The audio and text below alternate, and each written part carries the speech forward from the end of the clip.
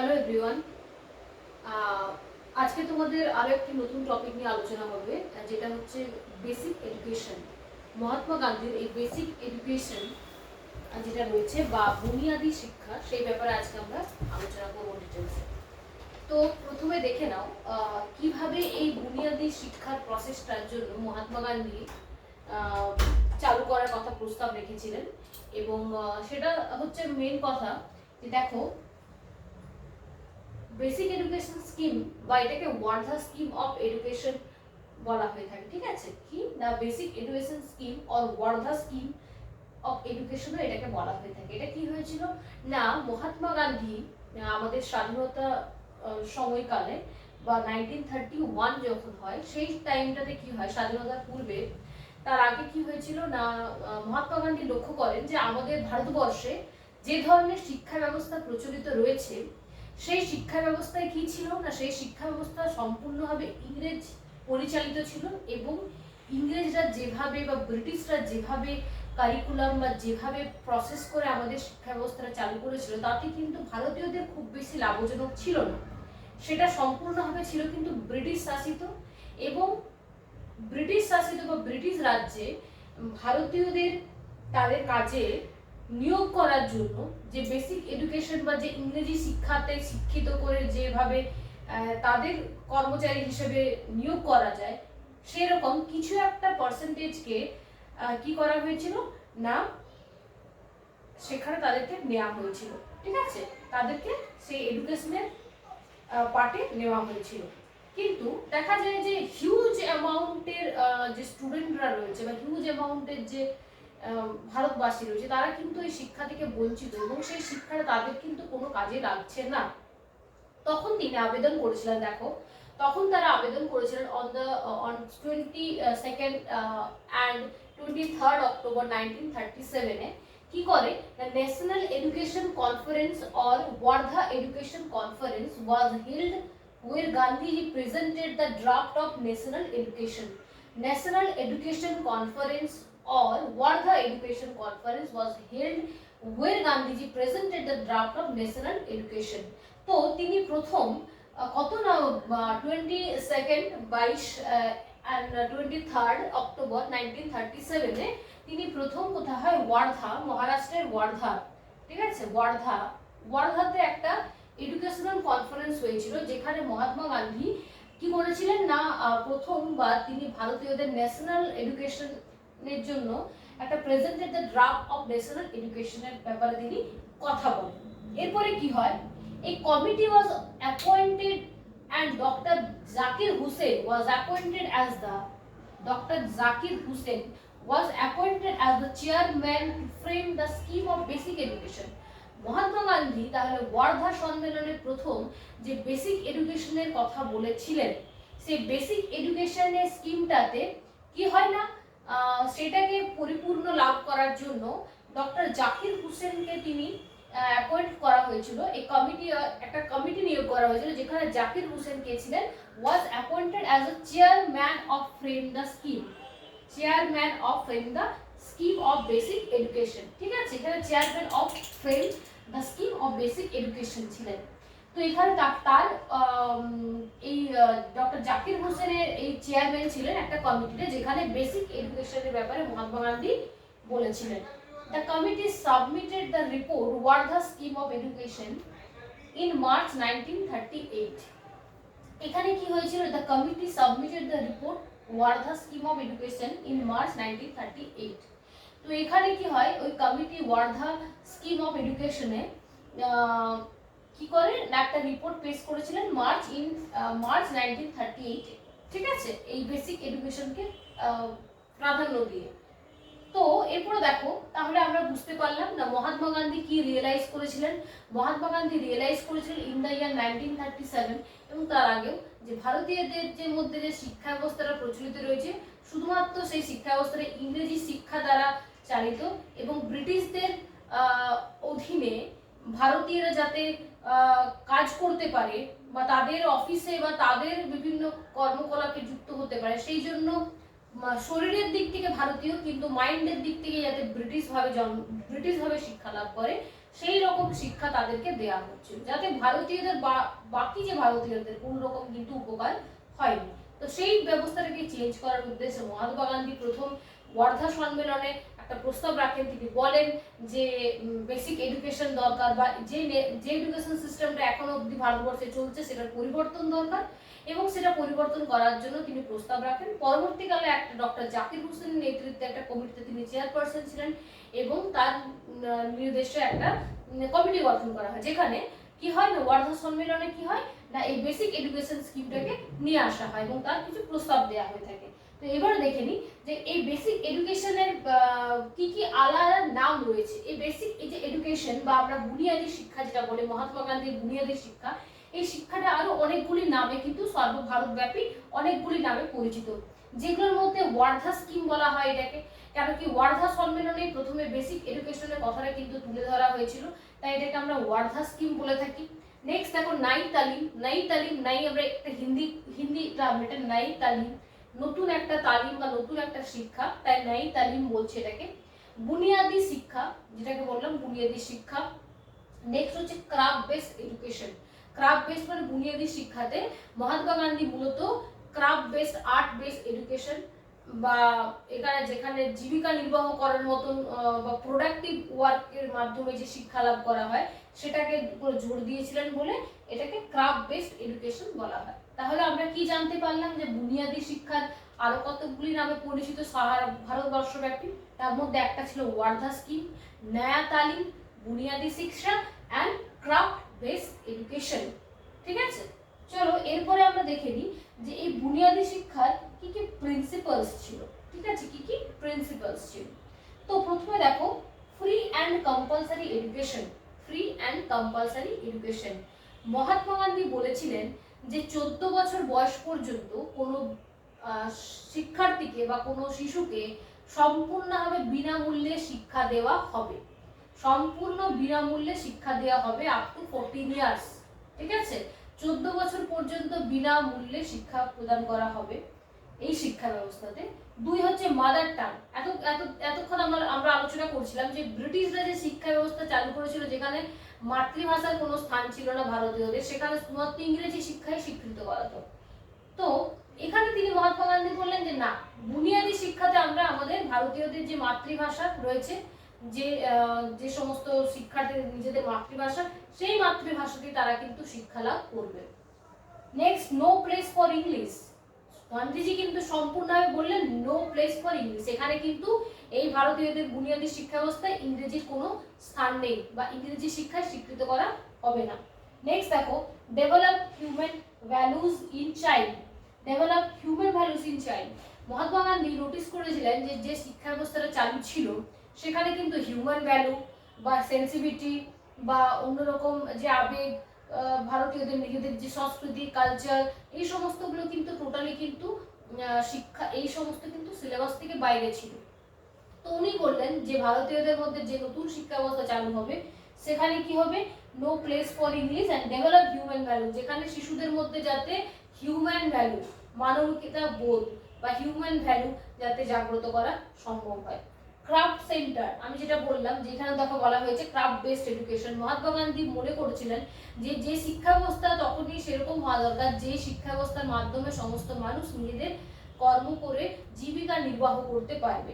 তাই তিনি art and ক্রাফটের ব্যাপারেও কথা বলেছিলেন, ক্রাফট বেসড শিক্ষা দেওয়ার কথা বলেছিলেন, ভোকেশনাল ট্রেনিং বা প্রোডাক্টিভ ওয়ার্কের কথা বলেছিলেন, যে শিক্ষার মাধ্যমে তারা জীবিকা নির্বাহ করে করবে, নিজেদের জীবনযাপন করতে পারবেন। ঠিক আছে, তাহলে এখানে ক্রাফট সেন্টারের উপরে কিন্তু মহাত্মা গান্ধী অনেক বেশি জোর দিয়েছিলেন। নেক্সট দেখো রিলেটেড টু রিয়েল লাইফ। তো শিক্ষা এমনই হবে যেটি বাস্তব জীবনে আমাদের কাজে লাগবে এবং বাস্তব জীবনের সঙ্গে বইয়ের ওতপ্রোতভাবে জোর থাকবে বা মিল থাকবে। ঠিক আছে, বাস্তব জীবনের সাথে সম্পূর্ণভাবে রিলেটেড হবে।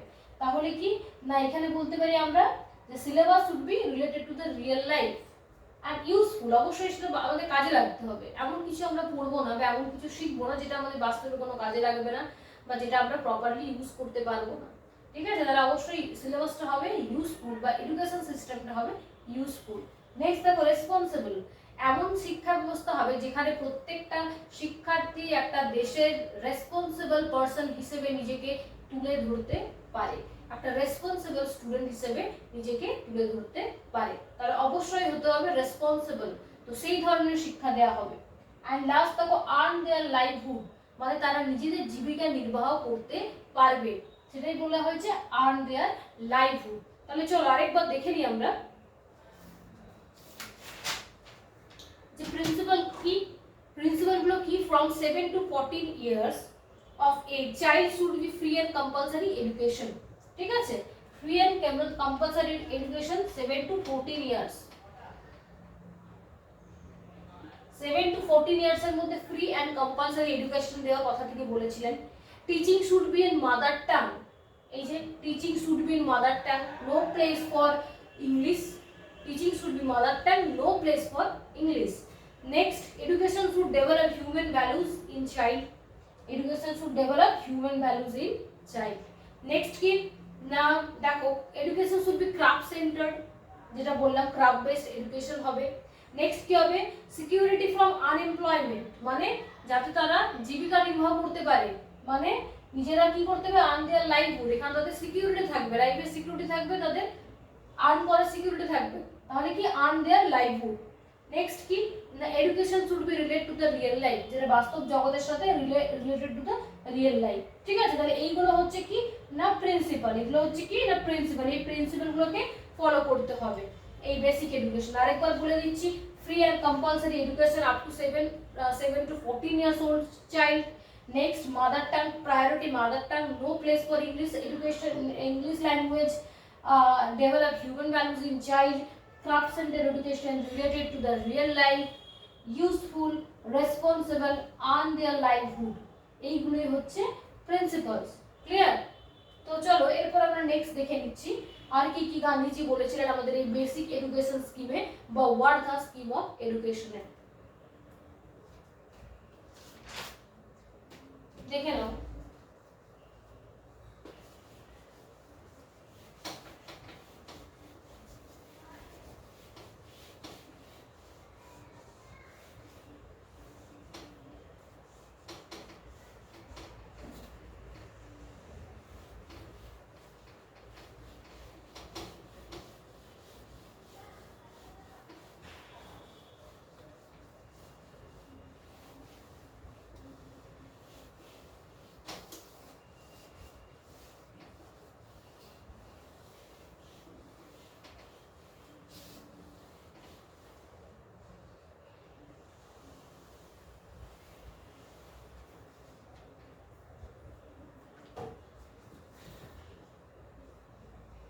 মেথড, ওকে।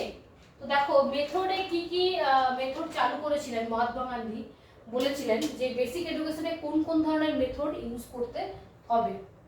দেখো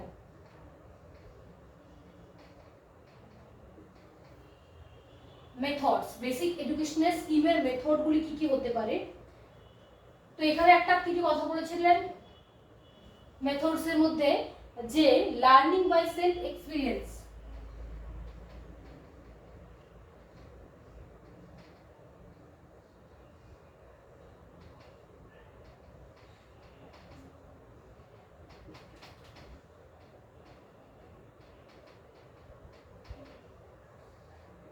next learning by self experience, then হচ্ছে mother tongue should be medium of instruction, mother tongue,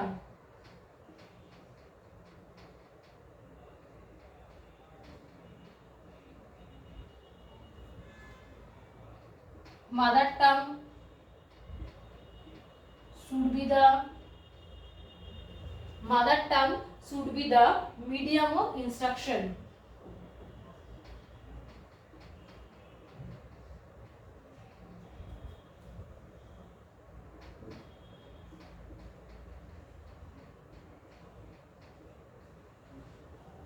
mother tongue should be the medium of instruction. আরেকটা কথা বলেছিলেন কি, the correlation method, correlation মেথডের কথাও তিনি বলেছিলেন।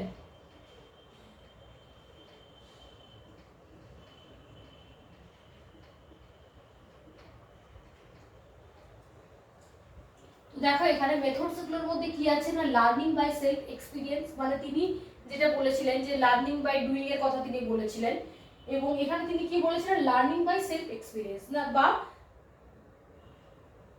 নিজের করার মধ্যে দিয়ে শেখা, সেটাকে তিনি বলেছিলেন লার্নিং বাই সেলফ এক্সপিরিয়েন্স। ঠিক আছে, সেলফ এক্সপিরিয়েন্স থেকে শেখার কথা তিনি বলেছিলেন।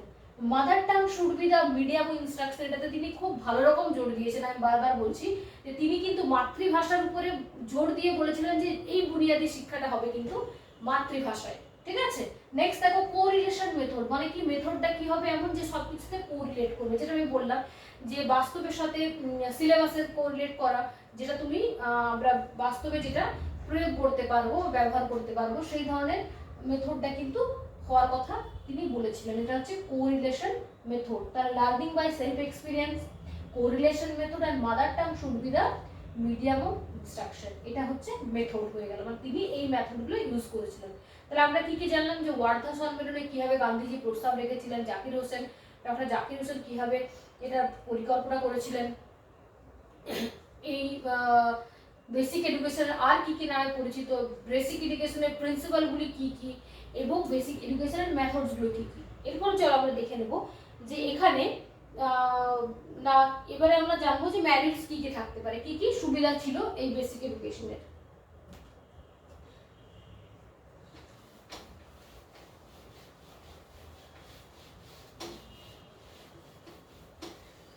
দেখো ম্যারিটস,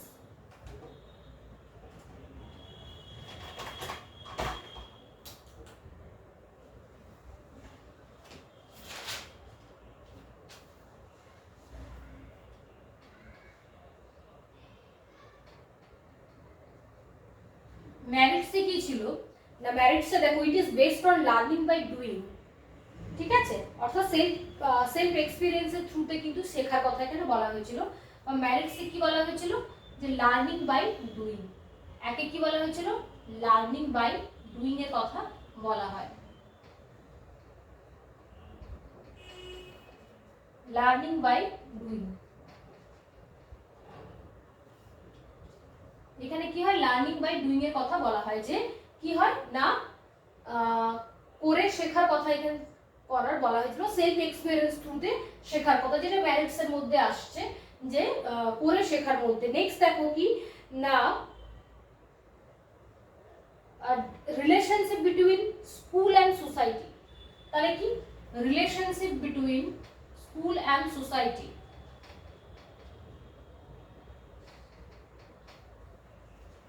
relationship between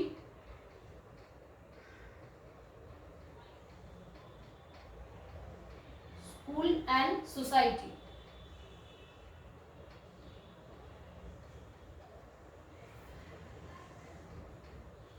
তার মানে কি না যে শিক্ষাটা আমরা স্কুলের মধ্যে শিখবো সেই শিক্ষাটা আমি সোশ্যাল লাইফে ইউজ করতে পারবো।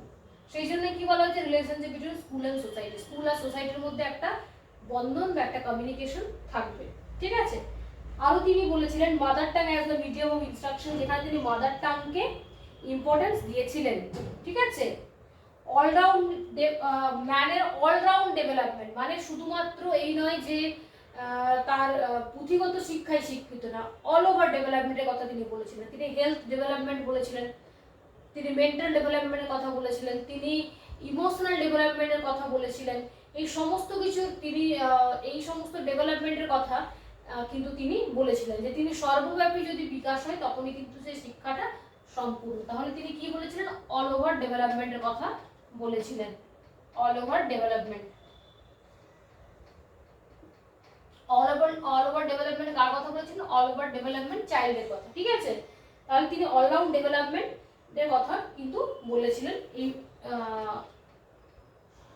এই বেসিক এডুকেশন। আরেকটা কি বললো যে মাদার টাংকে তিনি প্রায়োরিটি দিয়েছিলেন।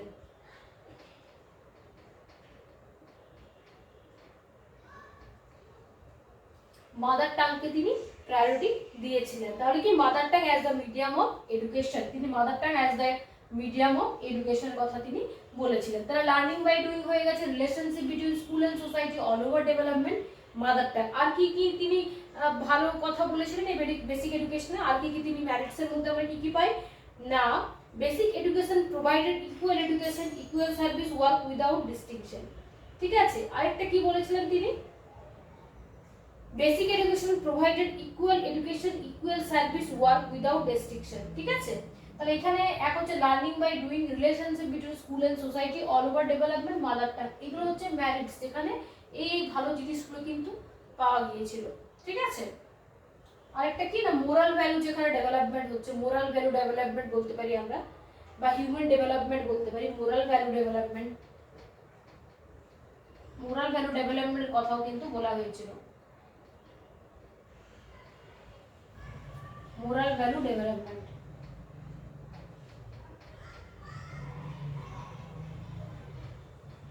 ঠিক আছে, দেখে নাও ম্যারিটস গুলো।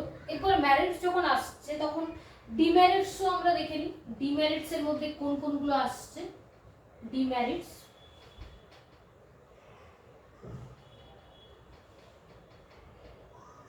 ম্যারিটস এর মধ্যে আমরা এইগুলো পেয়ে গেছি। এবার ডিমেরিটস এর মধ্যে দেখে নেবো যে ডিমেরিটস কোনগুলো আসছে, বা এই বেসিক এডুকেশনের কোন কোন জিনিসগুলো ডিমেরিটস এর মধ্যে, বা কোনগুলো খুব একটা অনেক সমালোচিত হয়েছিল। যেমন হচ্ছে education must be rooted through the culture and moral value make education. আর কি একটা হতে পারে দেখো, যেটা হচ্ছে একটা ইনকমপ্লিট প্ল্যান ছিল, একটা যে প্ল্যানটা প্রসেস করা হয়েছিল সেটা ছিল ইনকমপ্লিট প্ল্যান, সেটা পুরোটা প্রসেসিং করা পসিবল হয়নি। দেন কি ছিল, যে absence of relation with higher education, এখানে কিন্তু হায়ার এডুকেশনের কথা কিন্তু বলা হয়নি, অ্যাবসেন্স ছিল হায়ার এডুকেশনের ব্যাপারে। Excessive emphasize on handicap. ঠিক আছে, এক্সেসিভ এমফাসিস অন মানে অধিক বেশি মাত্রায় আর্ট ক্রাফটের উপরে জোর দেওয়া হয়েছে। ঠিক আছে, অধিক মাত্রায়, দেখো এক্সেসিভ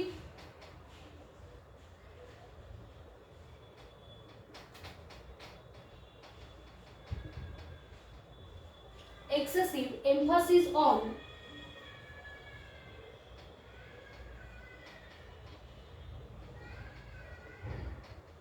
handicapped,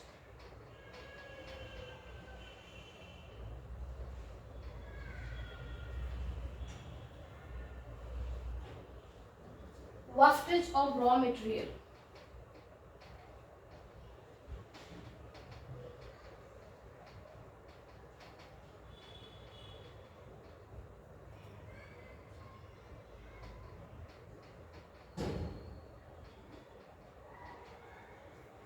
আরেকটা কি হবে, হায়ার এডুকেশনের উপর জোর দেওয়া হয়নি, না কি হয়, absence of relationship with higher education.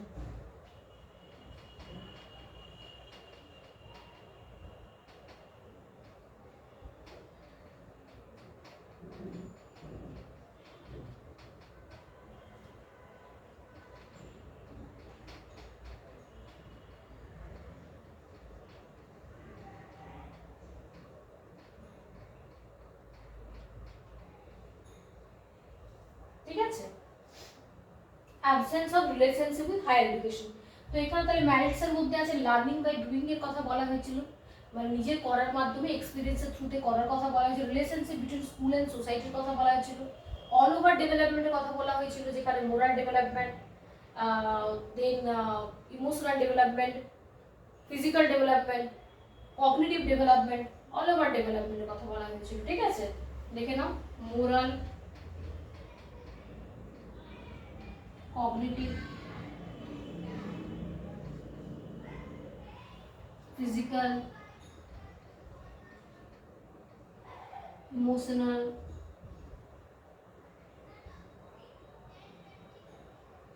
এই সব রকমের কি বলা হয়েছিল না অল ওভার ডেভেলপমেন্টের কথা কিন্তু বলা হয়েছিল।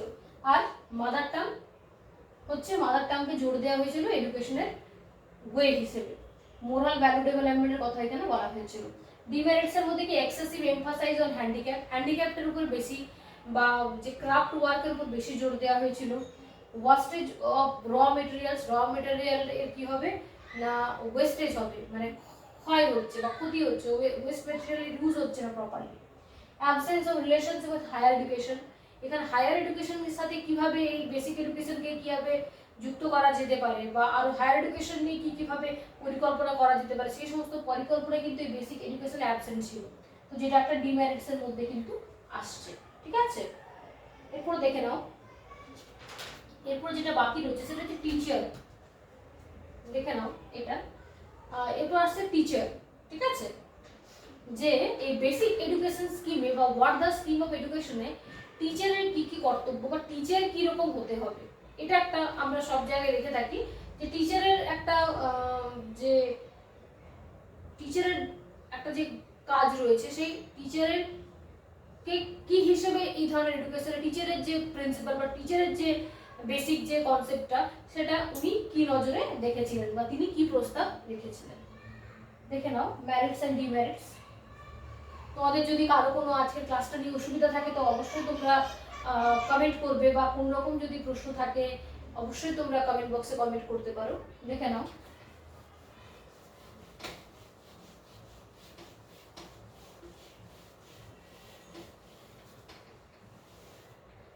টিচারের কাজটা কি, দেখে নাও টিচার, বেসিক এডুকেশনের টিচার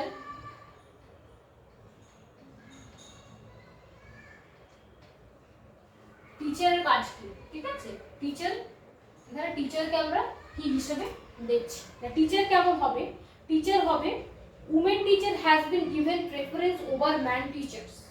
এখানে কিন্তু মহিলা মানে শিক্ষিকাদের শিক্ষকের তুলনায় কিন্তু অধিক সুযোগ দেওয়ার কথা কিন্তু বলা হয়েছে। লাইনটা লেখা ছিল এখানে যে women teachers has been given preference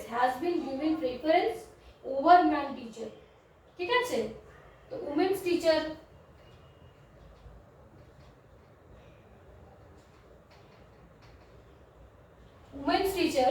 কি বলা হলো, women's teachers has been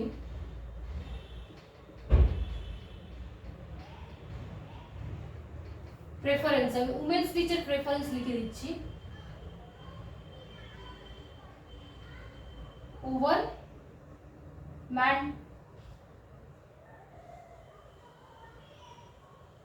teachers.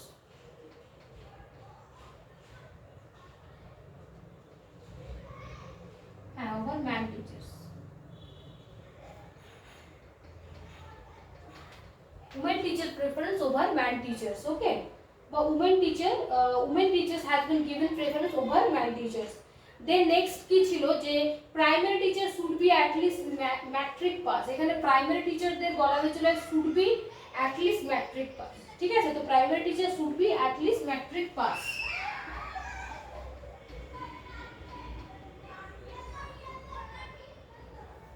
Primary teacher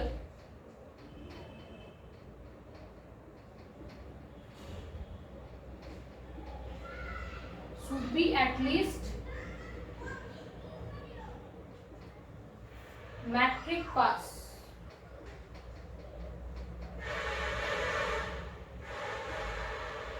Should be matric pass. Okay, and ki trained in teaching, trained in teaching, trained in teaching. তো তিনি টিচারদের নিয়ে বেসিক এডুকেশনের কথাগুলি বলেছিলেন যে women teacher preference over man teachers. তিনি শিক্ষিকাদের বেশি প্রেফারেন্স দিয়েছিলেন এডুকেশন সেক্টরে মেলদের তুলনায়, এবং তার যে বক্তৃতাটা ছিল, তার যে নীতিটা ছিল, তো এখানে তিনি বলেছিলেন যে উমেন্স টিচারদের কিন্তু বেশি প্রায়োরিটি দিতে হবে। নেক্সট দেয়া ছিল যে primary teacher should be at least matric pass. যে প্রাথমিক স্কুলের টিচার হতে গেলে টিচারকে অবশ্যই মিনিমাম মাধ্যমিক পাস বা ম্যাট্রিক পাস হতে হবে। ম্যাট্রিক পাসের কথা তিনি বলেছিলেন, শুড বি ম্যাট্রিক পাস। 3 তে ট্রেন্ড ইন টিচিং, টিচার অবশ্যই কিন্তু ট্রেন্ড হবে, ট্রেন্ড ইন টিচিং, টিচিং সেক্টরে ট্রেন্ড হতে হবে, এই কথা তিনি বলেছিলেন। তাহলে দেখো আমরা বেসিক এডুকেশনে অনেকগুলি ব্যাপার আমরা জানলাম আজকে। প্রথমে জানলাম যে প্রথমে ইংরেজ শাসিত সমাজে কিরকম শিক্ষা ব্যবস্থা প্রচলিত ছিল, সেটা পরিবর্তন করার জন্য মহাত্মা গান্ধী কি প্রস্তাব রেখেছিল ওয়ার্ধা সম্মেলনে, যেটা পরে পরিকল্পিত হয়েছিল। তার জন্য কিছু প্রিন্সিপালের কথা তিনি বলেছিলেন। বেসিক এডুকেশনের যে প্রিন্সিপালগুলো তোমরা খুব ভালো করে দেখে নেবে আমার চ্যানেলে। দেন কি বলা হয়েছিল যে বেসিক এডুকেশনকে আর কোন কোন নামে পরিচিত হয়, এই বেসিক এডুকেশনের ম্যারিটস কি, ডিমেরিটস কি, এই বেসিক এডুকেশনের কারিকুলাম কীরকম, যে কি কারিকুলামে পড়াশোনা শেখানো হয়েছিল। কারিকুলামটা কি বলে দিচ্ছে আরেকবার। কারিকুলামটা দেখো দেখো তোমাদের কারিকুলাম কি ছিল না, এখানে ছিল যে মোরাল এডুকেশনের উপর জোর দেওয়া ছিল, মাদার টাং এর উপর জোর দেওয়া ছিল, মিউজিক এবং ড্রয়িং এর উপর অধিক জোর দেওয়া হয়েছিল, এবং সোশ্যাল সাবজেক্ট, হ্যান্ডিক্রাফট এবং সায়েন্স এই এই টপিকগুলো নিয়ে পড়াশোনার কথা কিন্তু উনি বলেছিলেন কারিকুলামে। এখানে টিচারের কথাও তিনি বলেছিলেন যে মহিলাদের প্রেফারেন্স দিতে হবে, বা এই যেগুলো লিখেছে দেখে নাও। ডিমেরিটসের মধ্যে কি না অধিক মাত্রায় হ্যান্ডিক্রাফটের উপর জোর দিয়েছিলেন। অ্যাবসেন্স অফ রিলেশনশিপ, হায়ার এডুকেশনের সাথে অ্যাবসেন্স ছিল রিলেশনশিপটা। তো এটাই হচ্ছে তোমাদের বেসিক এডুকেশন। তো বেসিক এডুকেশন সম্পর্কে এই টপিকগুলো মনে রাখলেই তোমাদের হবে। যদি আর কোনো বেসিক এডুকেশন নিয়ে তোমরা যদি আরও কিছু জানতে চাও বা তোমাদের কোনো রকম প্রশ্ন থাকে এই ক্লাসটি নিয়ে, তো তোমরা অবশ্যই আমাকে কমেন্ট করো কমেন্ট বক্সে। আর যদি অন্য কোনো ভিডিও তোমরা দেখতে চাও অন্য কোনো টপিকের, তো সেটাও তোমরা অবশ্যই লিখে জানাও আমাকে। আজকের মতন এখানেই, ভালো থেকো।